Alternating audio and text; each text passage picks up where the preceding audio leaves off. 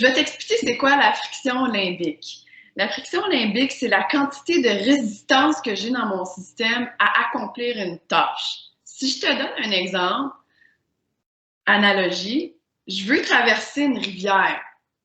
Pour traverser, je vais rentrer dans l'eau, puis je vais recevoir le courant sur moi. Puis c'est ça qu'il faut que je combatte pour atteindre ma tâche. Pour atteindre mon but, il faut que je combatte ce courant-là. D'une journée à l'autre, le courant peut être différent selon comment je suis dans mon état. OK? Donc, deux façons de voir de la résistance. Ça pourrait être un état anxieux.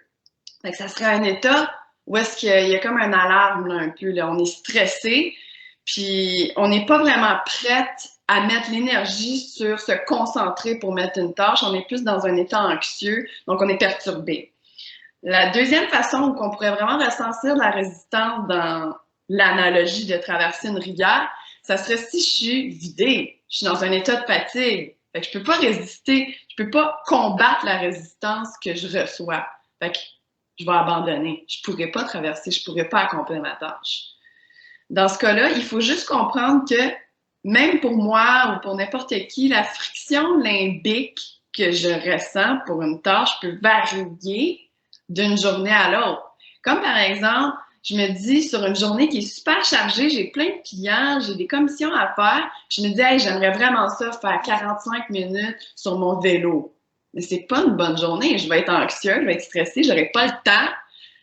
Je vais ressentir beaucoup de cette friction limbique-là. Je vais avoir mille et une autres choses à faire si je suis dans un état anxieux. Surtout si, par exemple, à la fin de cette journée-là, chargée, que je décide, ah oui, à la fin de la journée, je vais le faire, ben là, je vais être dans un état de fatigue, j'aurai plus d'énergie pour. Je vais abandonner ma tâche, je ne le ferai pas. Fait il faut juste comprendre que la friction, elle peut varier selon les états. Puis quand une habitude de vie est consolidée, comme on dit, donc elle est devenue facile, elle est devenue réflexe, c'est là l'état idéal où est-ce qu'on ne ressent presque plus cette résistance-là. Peu importe le moment, peu importe le contexte, l'état de fatigue, comment je suis occupée, les choses qui peuvent arriver dans ma vie, l'habitude, elle va demeurer solide. Puis je ressentirai pas de friction.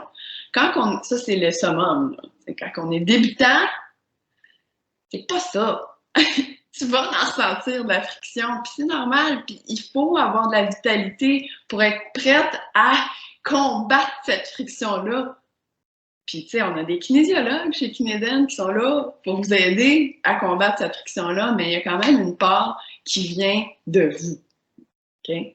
Alors, sur ce, je vous souhaite une bonne journée, puis bonne chance dans vos nouvelles habitudes.